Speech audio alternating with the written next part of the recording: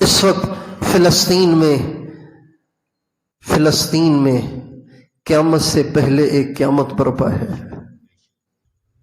قیامت سے پہلے ایک قیامت برپا ہے۔ فلسطین کے شہر غزہ سے باہر رہنے والا غزہ اور فلسطین کے حالات کا تصور نہیں کر سکتا کہ وہاں کیا بیت رہی ہے۔ ہم اپنے گھر سے ایک جنازہ اٹھاتے ہیں، ہمارے مہینوں گزر جاتے ہیں روتے روتے، ہمیں دیواریں کھانے کو آتی ہیں، ہم سے کھانا نہیں کھایا جاتا، ہم سے پانی نہیں پیا جاتا، ہمیں نیند نہیں آتی، ہماری آنکھوں سے نیند اڑ جاتی ہے، بیمار اپنی بیماریاں بھول جاتے ہیں۔ گھر سے ایک جنازہ اٹھے، بتائیے ان گھروں کا کیا ہوگا جن گھروں کے جنازے اٹھا کے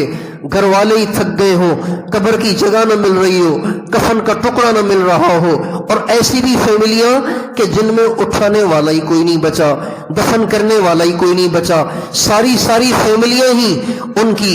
بموں کی نظر ہو گئیں اور میزائل کی نظر ہو گئیں، اور ان کی بوٹیاں کر دی گئیں، اور ان کی لاشیں بھی نہ ملیں، اور یا ان کی لاشیں اگر ہیں بھی تو وہ ملبے تلے دبی ہوئی ہیں، ان کے کوئی رشتہ داری نہیں بچے کہ جو وہاں سے اس ملبے کو ہٹا کے اپنے کسی پیارے کی لاش کو باہر نکال سکیں۔ اور یہ ایک دن کی کارگزاری نہیں ہے، یہ روز وہاں ہو رہا ہے، کل بھی ہوا، آج بھی ہوا، پرسوں بھی ہوا، 2 مہینے ہونے کو ہے کہ وہاں پہ دن کو بھی آگ برس رہی ہے، رات کو بھی آگ برس رہی ہے، ان کے پاس پینے کو پانی نہیں ہے، ان کے پاس کھانے کو کھانا نہیں ہے، ان کے پاس اپنے زخموں پہ لگانے کو مرہم پٹی نہیں ہے، ان کے ہسپتال بھی اڑا دیے گئے، جو زخموں میں تھے اور ان کو ہسپتالوں میں ایڈمٹ کیا گیا، ان کے ہسپتالوں کو بھی اڑا دیا گیا، اور ان زخمیوں کو بھی ٹکڑے کر دیا گیا، جو نرسیں اور ڈاکٹر ان کی تیمارداری کے لیے متعین تھے ان کے بھی ٹکڑے بکھر گئے، ان کی بھی لاشوں کو اڑا دیا گیا۔ یہ روزانہ وہاں ہو رہا ہے، یہ روزانہ وہاں ہو رہا ہے۔ میں اور آپ اپنے گھر کا جائزہ لیں، اپنے محلے کا جائزہ لیں، اپنے شہر کا جائزہ لیں، اپنے ملک کا جائزہ لیں، اپنے علاقے کا جائزہ لیں کہ اتنی بڑی قیامت برپا امت کے ایک حصے پہ ہو رہی ہے، اور وہ امت بھی کون سی؟ جو ہمارے قبل اول کے پڑوسی ہیں، جو صحابہ کی اولاد ہیں۔ اہل غزہ، اہل فلسطین 99% صحابہ کی اولاد ہیں،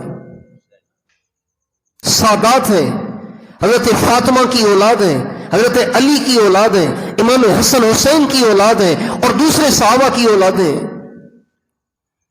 وہ زمین انبیاء کی زمین ہے، یہ وہ زمین ہے جس کی تعریف اللہ نے قرآن میں کی، التی بارکنا حولہ، یہ وہ زمین ہے جس کے ارد گرد برکت ہی برکت ہے، الارض المقدسہ، یہ بھی قرآن نے کہا، وہ زمین جو پاک ہے۔